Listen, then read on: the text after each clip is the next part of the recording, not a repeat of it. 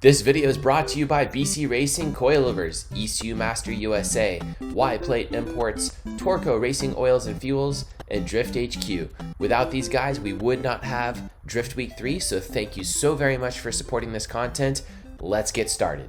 Hello YouTube, I'm Aaron Losey from Lone Star Drift and Drift Week 3. We are on day 4 of drifting of Drift Week 3 and maybe like day 8 of the trip or something at this point. I don't even know. We're here at beautiful Affinity Circuit, which is down in Medford. Yep, Medford. You haven't even got on track yet, have you? Sorry?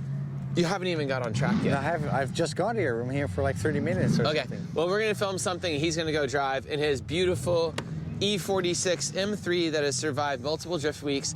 And instead of me making the subject, he's gonna make a subject and I'm gonna butt in constantly and question everything he says and make the audience mad because I don't let you talk enough. Which is a lie, he talks a lot. Go. Oh, Lucas talking. You talk more than me. Yeah, so what's an interesting subject which I've done on my own channel, and I actually had that subject pop in my head because of Drift Week 2 that we've done in November, and that's that you could put drift cars in 3 different groups. One would be a car with bolt-ons, so it's basically a standard car like the way it came from the factory, like a Z or like an E46, and you just bolt things on it. Like the lock kit is bolted on, the second set of brake calipers is bolted on. It's basically, you could turn this car into a road car, you could reverse it. And there's a full pro car, so let's say Chelsea De Nova's RTR Mustang, which is like built from a bare shell, and you could almost never, like the rear end's cut off, like you could never turn that back into a road car. And the third category would be an in-between car. So that would basically be a car like this, but then the next evolution. So somebody's driving this and says like, well, I'd like to have more power, so I'll swap in a 2J or an LS. Or so, for instance, Fielding Shredder's car, which is, well, that has a cut-off rear end, but that's like an evolution car. So he's constantly changing it, and then he runs into something, and he's like, all right, I can't use the stock pedals anymore. You know what I mean? So that's the 3 types of cars. So a bolt-on car, in-between car, and a full pro car. So that's like really interesting if you put them in those 3 categories. Why is it interesting? Because it's funny that it's basically the evolution of drifting. So somebody starts drifting and they're like, I don't know if I really want to keep doing this, or I've got a buddy who does it and I want to do it myself too.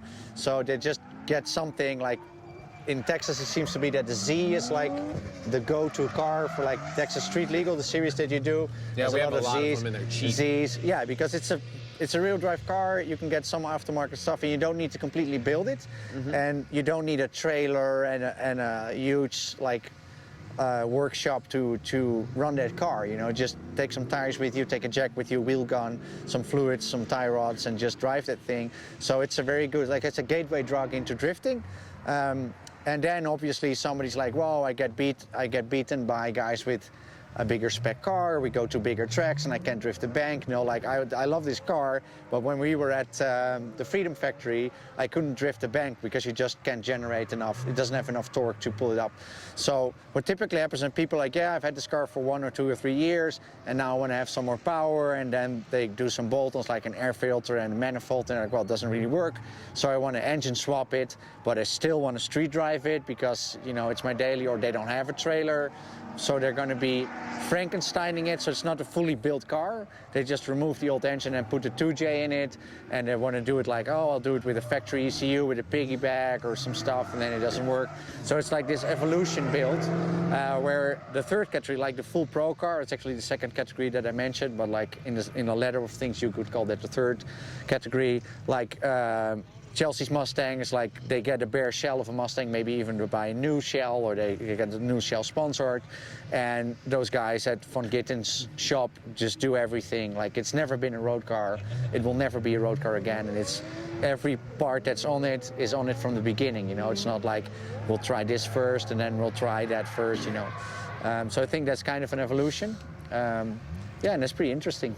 So what's the point of us talking about this? Well, I would like to know what you think about it and what your opinion is, like what's the best car. So you're always like try to keep it affordable and don't overbuild your cars. And Chelsea's also a little bit like don't overbuild it. So what do you guys think about that? I would make a chart about this, or like some type of like whiteboard exercise, and I would say you need to identify what type of person you are for what type of car so you don't accidentally get into the wrong category, such as a dude who's never drifted before should not have a full pro car or an evolution like middle ground car like you said. He should have like one of these cars.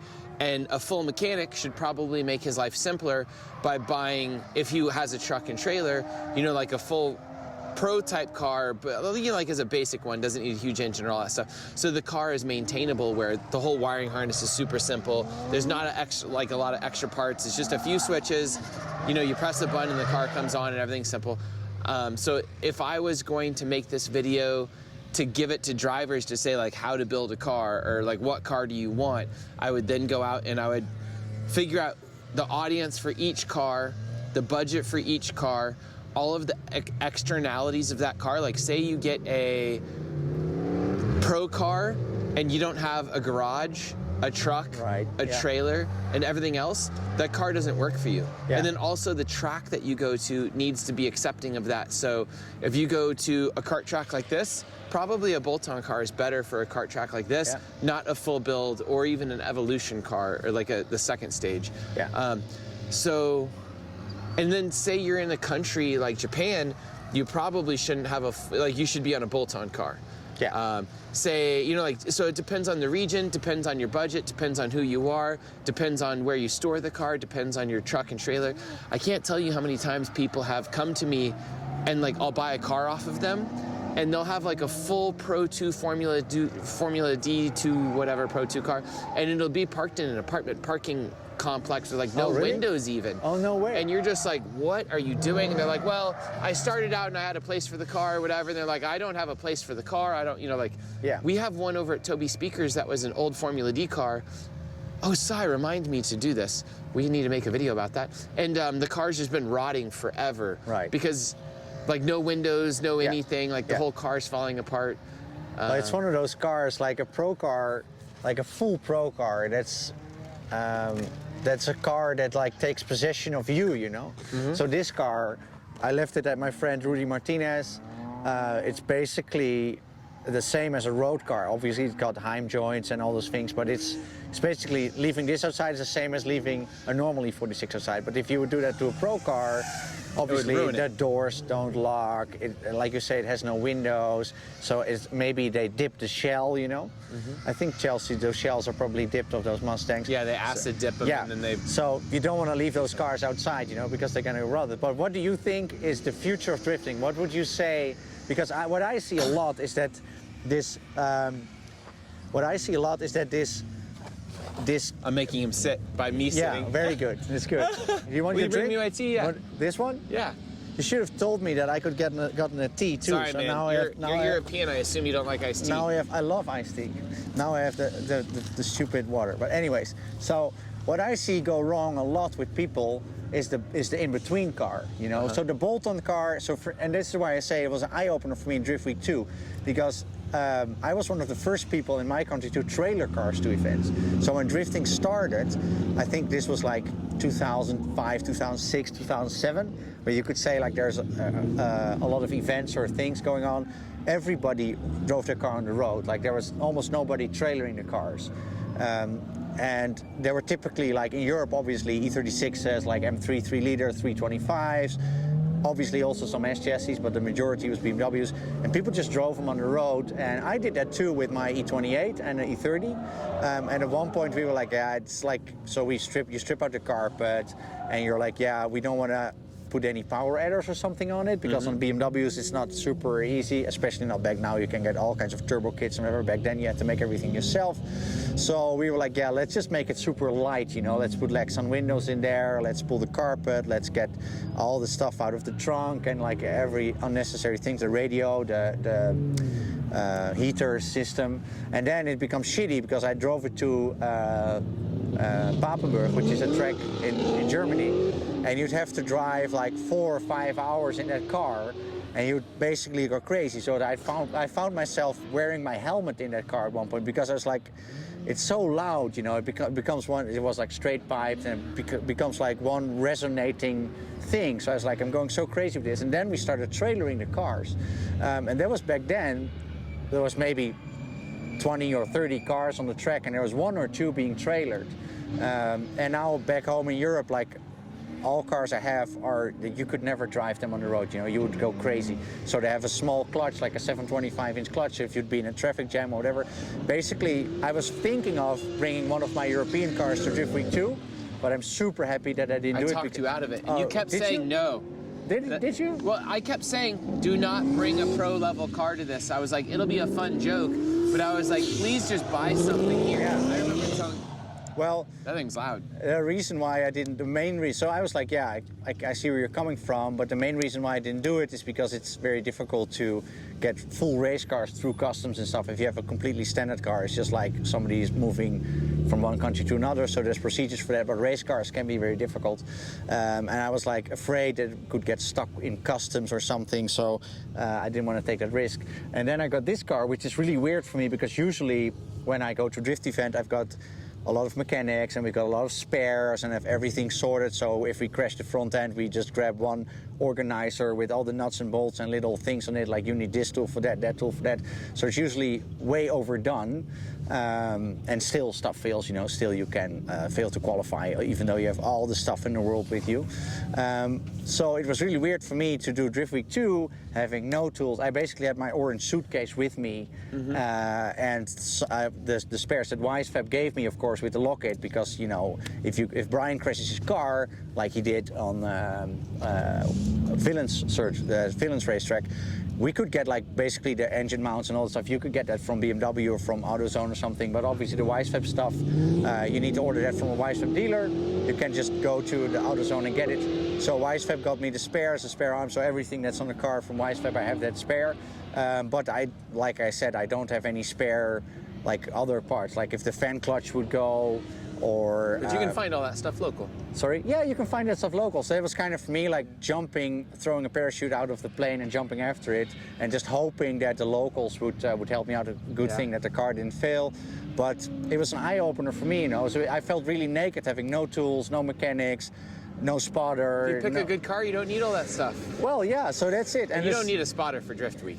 No, not for, well, I didn't know that. I didn't know what it was going to be like. I was like, oh, it's America. It's probably going to be this huge-ass track. So that was another thing. So the tracks you picked are perfect for bolt-on cars. But those tracks that you picked for Drift Week 2 and for Drift Week 3, We're being distracted, sorry. Yeah, we're being distracted by Brian absolutely adoring some kind of bizarre S13 monster.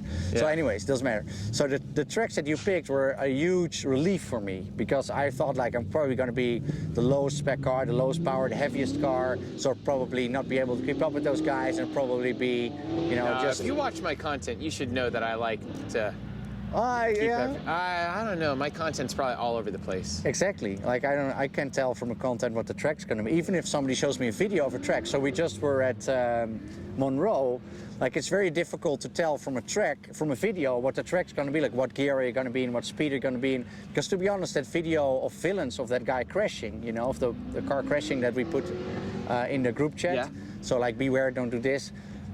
To me, like I saw the video and the track came across completely different, and so it looked really scary. Yeah. But when you were driving it, it's not a scary track. It just has a wall. Yeah, it just has consequences. It's just a wall, you know. So that's it. If the wall wasn't there, nobody would say it was a difficult track or it was a dangerous track. It's just a wall. All right, let me get us onto track a tiny bit, I think, for distraction. Okay, so on this exact same subject, but like carrying the thought forward. I think for Drift Week and a lot of people, something like this is ideal. Yeah. For the purchase price, you don't need a truck, you don't need a trailer. The cars can be far more reliable. On Drift Week, all of the bolt-on cars, for the most part, unless they're very junky, have been very successful. Yeah. They don't break as much. The Corvettes, the whatchamacallit, you know, all these type of cars are much more reliable. All the Jay-Z swapped cars, for the most part, have had a problem. Yeah. And it's not because the Jay-Zs are terrible, it's because they're swapped. It's a swap. And the more you swap them and you let out the magic of the OEM build, like Brandon Wicknick, they had put a bunch of like a 2 Jay-Z bottom end on a 1 Jay-Z head with this and that. Yeah. Those components fail. The parts that you like merge. Yeah, you know, or like a sensor that you're like, oh, I need to go to Drift Week tomorrow. I don't have a wastegate. The head gasket, all the other stuff failed. The stuff, if Toyota was the one to assemble it and not Brandon, it would work. If you And take not a Mark IV Supra Right. factory car and you bring it on drift week, you'd probably do fine. Right, but I'm saying it's not Brandon's fault. Brandon's a good mechanic. It's just if you can never be as good as like a Well, Toyota you need to engineer develop from it. the It needs to be 90s. developed. Even if so, Brandon has done a million JZs and a million chassis, but it's still like we've done a lot of BMW stuff. We've done a lot of Chevrolet stuff, but still, I'm doing an LS swap in a car right now, and it's not a super difficult swap. But all the small things, that's different on each chassis, and the client will say like, yeah, I want this, but I don't want that, and I want to still this. So it's difficult, and it's also so if you're building this car and you're always in a time crunch, everybody's always busy. You don't have to. People say, how are you doing? Everybody says busy. It's normal. Like you don't have to say busy. It's normal in 2021, especially in this world that we live in. So. Everybody's super busy. Nobody has their car completely finished, like their in-between car or their pro car is never completely finished 1 month before drift week.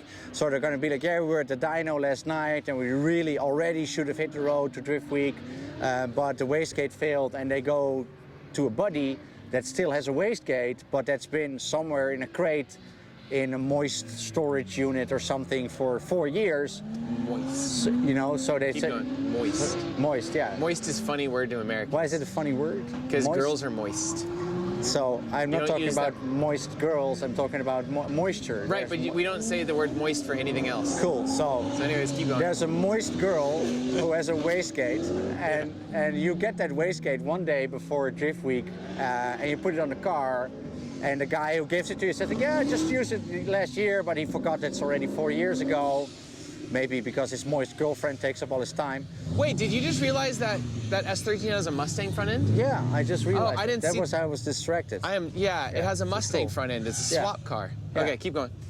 Right, so anyway, so you get that wastegate and then it gets stuck, because it's corroded, and it's all those kinds of things, and it gets too much boost, and then the head goes out. It's also one thing, like ignition coils. People, ignition coil, it just needs 3 wires and then it works. But all these cars from the factory, they've got all kinds of things in it that they soft start and they don't go on full power, or when you're cranking the starter, it cuts the power to everything else, and those kinds of little things. That's why these cars have a huge amount of wiring in it, and a pro car has like maybe 10% of the wiring in it. And it's not just because it doesn't have a radio, it's because of all these little things, these little condensers and little soft start for the fans. And people swap a car and like, yeah, I've got a fan over here, it needs a 12 volt, needs a minus, bam, there you go. But every time that fan goes on, so a 20 amp fan, you know, It pulls way too much current and goes nuts. so if a 20 amp fan goes on off, it's 25 to 30 amp because it's going from standstill. So, and if you've got 2 of them, that's 60 amp. So your alternator gets boom, boom, every time the thing goes on. You're basically killing the alternator. So there's drift guys that drive 5 events and their brand new rebuilt alternator breaks. On these cars, it's all soft start and all these kinds of things. So the alternator doesn't get that big, fuck you current drawn out of it. Or can I say that? Sure. We'll beep it out or something. I just get demonetized. Si's not going to beep it up. Keep going. I can beep that Nope, fuck you he's out. not going to. Anyway, so that's all these little things that all these. So when Mercedes developed like the S-Class in the 90s, they had $500 million budget, $500 million to develop. And that they car. have really smart people working on it, Yeah. where there's no way we're as smart as BMW engineers that only work on the coil pack, and that's their entire specialty. We're never going to learn that much No, about a you're coil never. pack, the dwell timing, and. But you could everything get there. So like if you build a pro car, you go to an engine builder and you say like I want this and that, and the engine builder is gonna get the ring gap correct and gonna get this correct, and they're gonna tell you a few things. They're gonna say like, well, when you start it up, it needs to do this and that, or you need to run this and that oil. It's a lot of drones. 2 drones, 1 Mustang. So, so you know what I mean. So then you move into the pro, like the guy, the engine builder who builds a lot of these engines and specializes in that, and just gives you a little note, says like, hey, do this, do that, don't use that clutch, don't use coolant or use water, or you know what I mean. So then you move into that. But if you start copy pasting stuff, like you take a 2JZ that's completely developed by Toyota to do certain things, and you, cold turkey swap it into another car and just make it run. I always say when people swap engines or they build a car, I always say the moment that it starts up, the moment that it fires up, you're halfway there. And people think the moment it fires up, you're 95% there, throw some fuel in it, 2 hours on the dyno, and I do drift week and I've got no problems.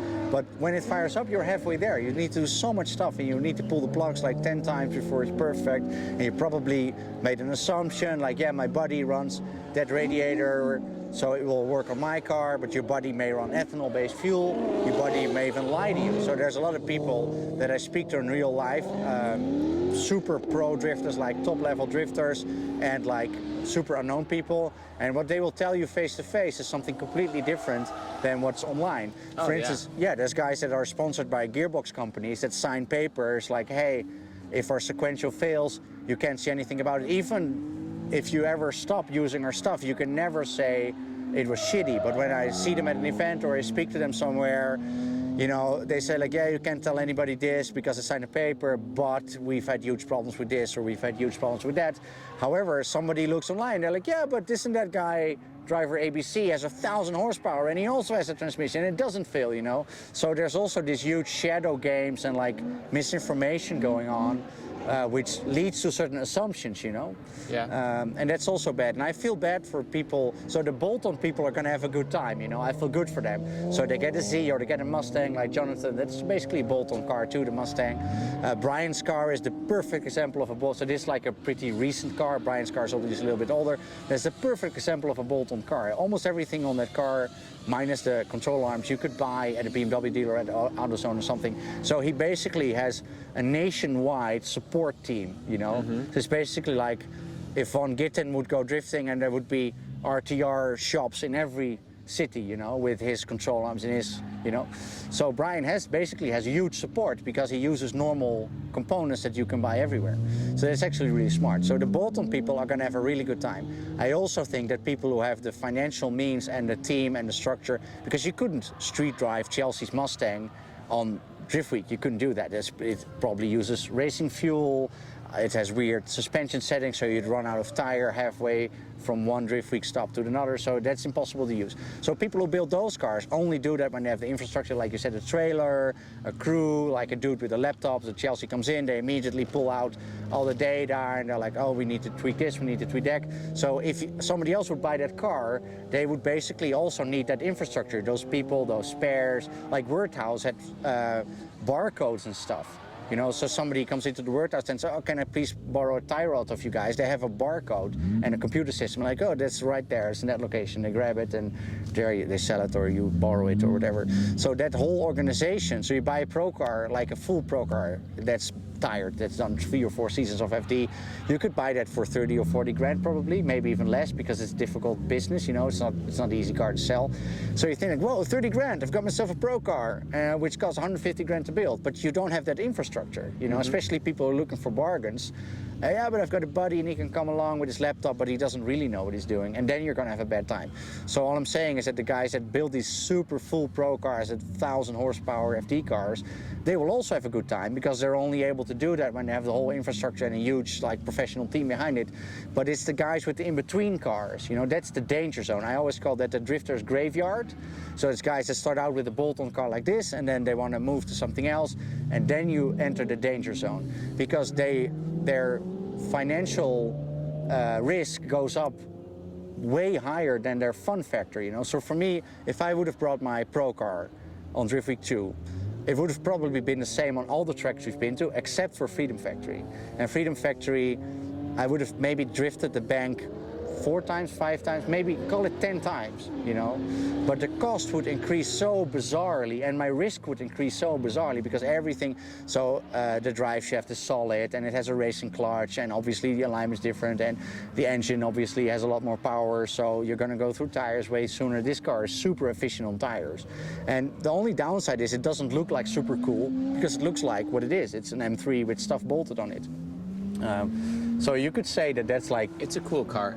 Don't be mean to it. I love this car. There's kids that lust after these. Yeah. They're beautiful cars. I think there's more cars that lust after a couple of those stand out Z's, the dudes with the white cars. This is better.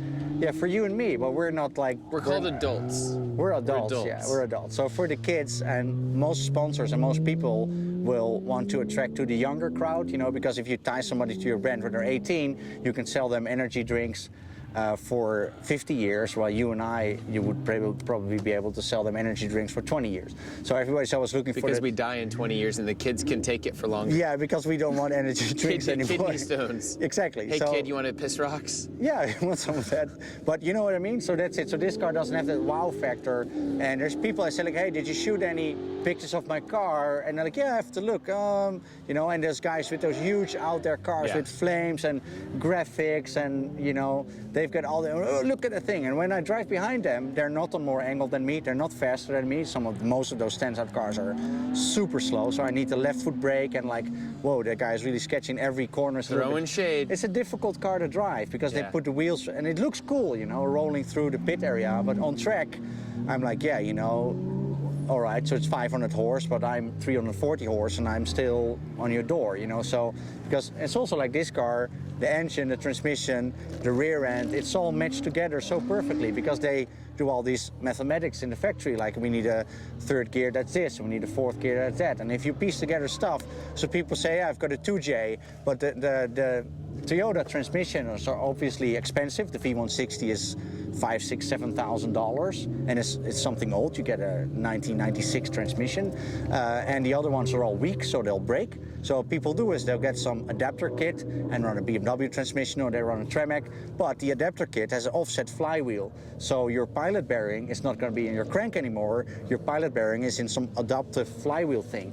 and that's, I don't like never it. Gonna last. Well, it's never gonna last as long as this, because this is like how it's supposed to be. And the gear ratio, so the Tremec may have been made for an LS1 in a Corvette, and the BMW transmission is maybe made for a much heavier car with a completely different height of tires. So that may not translate that well to your Z or to your Altezza. So it's one of those things that, and if a transmission or rear end is a little bit off, you know how it goes. You know, you got this. It's miserable to drive. It's miserable. Like it's the, I can't second. It's in rev limiter immediately when I enter the corner. Unless you got a V8, then it doesn't matter. If you got a V8, it's like boom, you go. But so, what car do you like best? So your cars are what? So the red one you had on Drift Week 2. Because I went passenger with you. It kind of depends. I end up in the boat where, because I have to take a truck and trailer everywhere and I have storage, you know, space and everything else, there's not a huge reason for me to have cars like this, although this is what I want because they require less maintenance. They're just as fun for me to drive and all this other stuff. Yeah. Right now I got rid of a lot of cars. Yeah, I have my R32, I have two V8 S14s, I have my JZX 100, I have a Silvia S14 that's pretty basic, I have an S14 that's like super built with a 2.4 liter SR. Right. I thought you hated SRs. I do. I've just had the car for a long time. It's a friend of mine that passed away. Oh, right. So you can't get around selling it. You just want to keep it. Yeah. Right. But a lot of those cars sound like bolt-on cars, though. Well, the V8 car, yeah, but anyways, the V8 cars are probably what I'm going to drive the most, and I have been driving recently. Yeah. And they're the easiest to maintain because the transmissions don't break, the engines are super powerful, they're not highly stressed. Yeah. So, you know, like my V8, I ran for 7 years and didn't really have many problems other than an alternator or something here and there. Well, to be honest, I was a little surprised that your S14 was a V8 because in my head it was a JZ car. I don't know why. Maybe I confused it with Fielding's car, or because you're like so big on Ebisu and you love like Japanese stuff. I like JZs and JZ platforms. Yeah, me too. I love JZs. So like, I love a JZ and a JZX or something like that. In other swapped cars, typically there's no room for the cooling. You know what I mean? Like you just kind of run out of space, and then you're paying a really high tax for the engine and the transmission and swapping it. And if you're gonna swap it, you might as well put a bigger turbo on it, because why put the twins or whatever in there? And if you're gonna put a bigger turbo on it, you might as well do injectors. It's a domino. It's a might as well thing. Yeah, the whole domino. That's why I don't like that. And when I do V8s, I literally never modify my V8s. Right. I mean, like. So your stock cams, stock heads? Yeah. No, I mean, they're modified, but once they're modified, I just get the engine how I get it, put it in, it never. I think in 7 years, I did a cam swap once in the first year because the cam was too aggressive. Yeah. Because somebody sold me too aggressive of a cam. Right. We toned it down, Never changed the heads, never changed the cam. We changed the pistons at one point just because we were doing a lot of E85 stuff. But other than that, like, you know, we never change anything. Yeah, we don't right. change headers, we don't change anything. Where when you have a turbo car, you're changing wastegate designs, you're changing exhaust manifold designs, because you're always unhappy with something because, you know, or something new comes out, like this new special turbo that spools 500 RPM sooner, and you're gonna need the manifold. And that's like, you know, it's also really funny that there's a lot of people online. So if I post a picture of my pro car, you know, and I just finished a backup pro car last year, and it has air jacks because I've had them left over. Flexing. Yeah, but like it's also convenient. So it's the same as with quick change and air jacks. If you don't have them, you're like, that's total, I will never need it in my life. But as soon as you have them, you're constantly using it. Your Travis Reeder interview was the same thing. Travis Reeder says, we change the ratio so much, you know, because it makes so much difference that 200 RPM that you can change on the track can be the difference between having a good time and just falling behind somebody else. If you're in the rev limiter, it's bad for the car, because people don't understand you shouldn't be in the rev limiter. You know, they see James Dean and Dwayne McKeever are in the rev limiter, but they have, like Richard Bradley is Dwayne McKeever's engine builder, which is a genius. James Dean's brother is a 2JZ builder, so they have those guys in their corner, but most kids in an apartment complex without a garage don't have those guys in their corner. So if you're constantly just move the rev limiter 200 RPM at a time. But stay off the rev limiter. If you're in the rev limiter, you can also be 100 or 200. Electric cars. Oh, don't go there, man. Please, seriously. Okay, sorry. Going back to your question about me. Yeah, about you. Let's talk about you, because the interviews are always about other people. No, I like it. But I was just going to say real quickly, I run the V8 cars because they're like a hammer, and when you're out there, I can go to any track.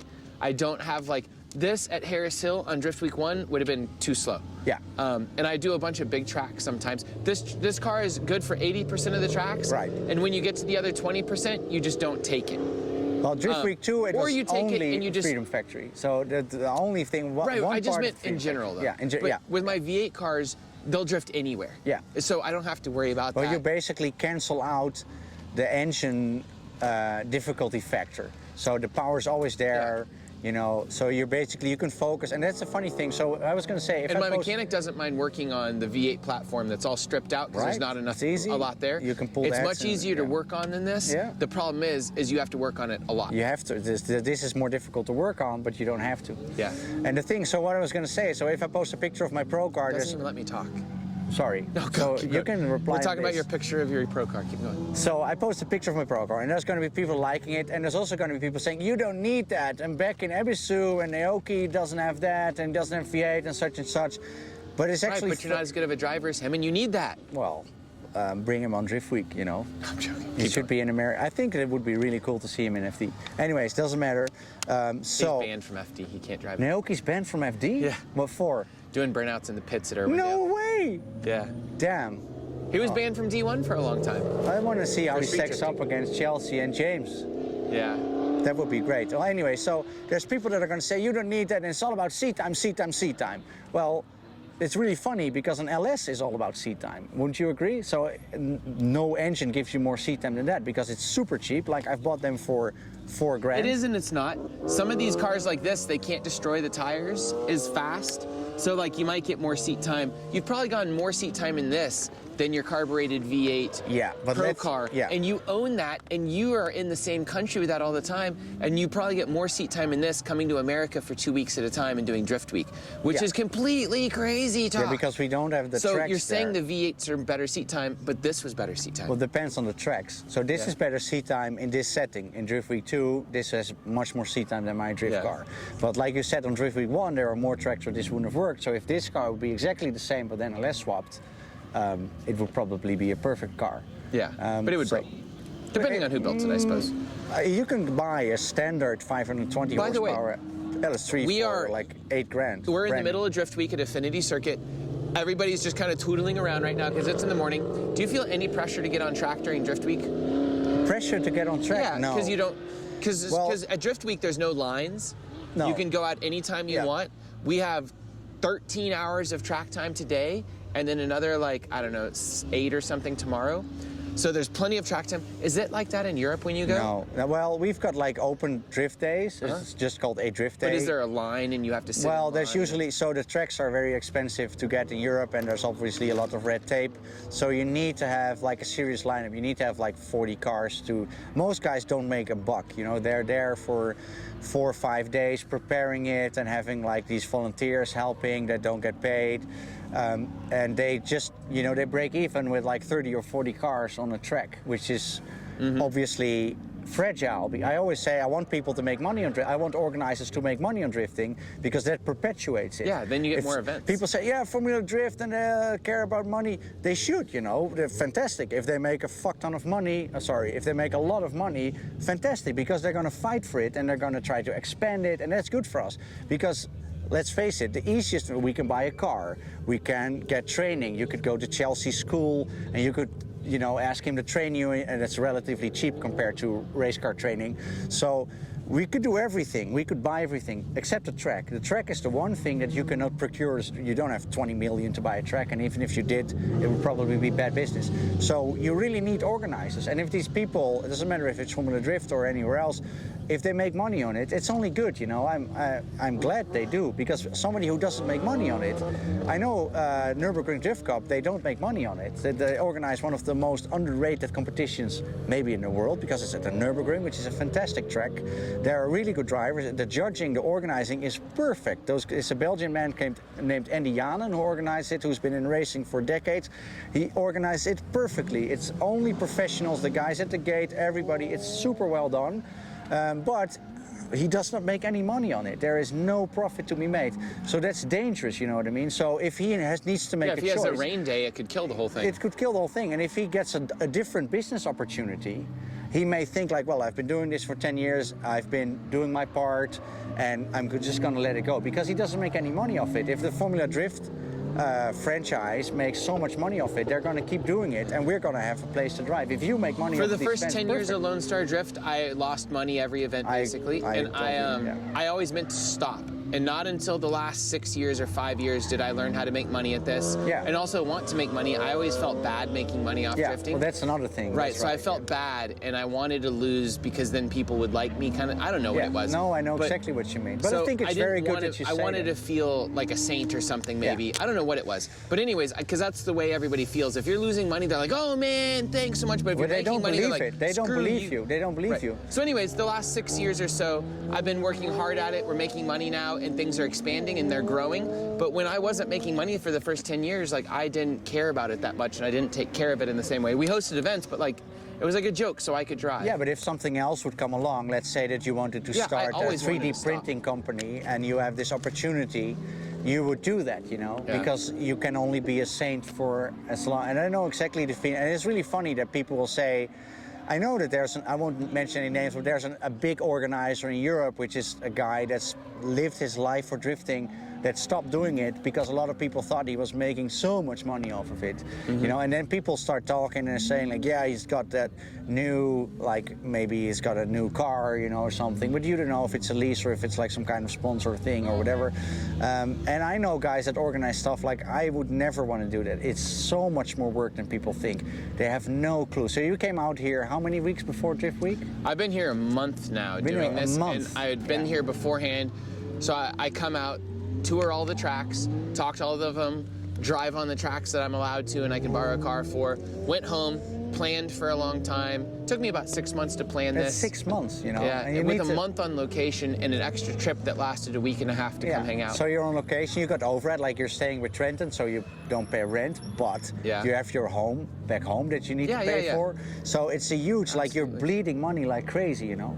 And people seem to forget that. They think like, oh, you just show up and you phone those guys. Yeah, I had no income outside of this. Well, that's what I mean. So that's super important that people make money on it, and that drivers also, that's a message for the drivers, don't complain about it. Don't be like, so in drifting there's this kind of weird feeling that organizers should all do it pro bono and should break even and, you know, should do it for the community, which I understand, but then won't get any more organizers and you'll never have new tracks. It will die. It will eventually die, you know, because guys like you will eventually say, because at one point you'll feel that you've done enough, you know. I've done it for 15 years, I didn't make any money and whatever. There's only a couple organizations that lasted that long. US Drift, myself, Vegas Drift, and maybe one or two others. But for the most part, all drift organizers, I'm sure it's same in Europe, Oh, yeah. they last no more than 2 to 3 years. Yes, exactly. They think the first year they're like, oh, I'm going to get over this hump. And then the second year they're like, oh God, this isn't going well. And by the third year, if they don't have a wife or somebody making them stop, like something makes them stop. Well, and there's always a huge risk. So there's a lot of money and a lot of things involved that you cannot control. So we were speaking to a track that we wanted to start organizing drift competitions a few years ago, and it was basically a big oval with straights in between. So that's bad for tire wear. You know, if you organize an event there, you're gonna have one of the tires running out. So nobody likes that. So we were like, maybe we can turn it into a figure 8. You know, and the track said, well, you can do that, but it would have to come out of your own pocket, which is a lot of money. You know, you're talking about hundreds of thousands of euros, and it would be a huge financial risk. And you would have to arrange. They would say like, yeah, if you do that, we can give you a discount on the rent of the track until you break even with your investment. But it's super difficult because you're putting your money or sponsored money or some source of money. You're also retrofitting a track that probably shouldn't really have drifting because it's not built for it anyways. That's it. But what could happen is that you could do the first you could like kill yourself for 6 months making that happen, and all the contractors not showing up and this and that and people sending letters. And you could all make that happen. And you could do the first drift event and something could happen, you know, some weird thing that somebody overlooked and it's gone. Yeah. You know, it's gone. So what happened? That track, so we didn't do that, you know, because it was too vague, it was too much up in the air, like we'll see, you know, it was not, how do you say that? It wasn't black and white enough to do it. Mm-hmm. And that track is now a solar park. You know, so they had to think, yeah, if you do that, you can rent it for years, and we can do this and like the biggest plans, and everything was converted. You know, and then somebody says like, all right, you've got this and that much square foot, and here you've got like whatever 10 million, and they'll say yes, and they'll fight you in court. You have to go to court to them and all those things. So that's one of those things. So people should also understand that you're not involved with an ice cream stand. An ice cream stand's maybe $5,000, and there's not a lot of risk. If you lose your permit, you move the ice cream stand somewhere else. Drifting, there's so much involved. You know, it has such a big footprint, and the smallest thing can, you know, a house over there can complain and get you shut down. That's one thing. Your whole drift week thing this whole drift week thing can fall apart over the smallest thing. Like a virus. Like a virus. So that's okay, let's not talk about it again. Let's not talk about that. But you know what I mean? Okay, so let's wrap this up in the next minute or so. Yeah, because sure. We'll not spill the beans and we'll do this. I think that Americans are very lucky that they can choose whatever kind of drift car they want because they can either have a budget, they can have a full pro car, like the bolt-on car, full pro car, or the in-between car. Yep. I think we're super lucky. I think around the world, everybody else has to make more of a decision on what they want because it has to fit their lifestyle. If you're in France or wherever, you have to have a very basic car because you can't drive it on the street and it's difficult to have a truck and trailer and stuff. Same way in Amsterdam, I'm sure. Yeah. It's got to be pretty crazy for you to have a full pro car. I think your this life car, has to be with built about this that. car, if I would drive this on the street back home with the handbrake, they would like stop you because it's got stickers and the wheels look like. So this isn't legal in your country? Well, there's a thing. This to us is a stock car. I know. So that's the great. So Dan Brockett asked 2 words about Drift Week. You know, he did an interview that said, "Give me 2 words about Drift Week," and I told him friendship and seat time. But the third word that came to mind was freedom. So we drove this car, all these cars, and most cars are much wilder than me, through America, through all these states, through Arizona, New Mexico, Texas, Alabama, Florida. Nobody bothered us, you know. I wasn't stopped once. It's freedom. It's actual freedom, and that's also good. So in America, the threshold to have a car that you also drive on the road is much lower. Look at some of these cars. How do they even? In Europe, you would do 1 mile, 1 mile, and you'd be stopped, and your car would be impounded, and you'd get a letter in the mail in 6 weeks of what you can do about it, and it's like €2,500 fine.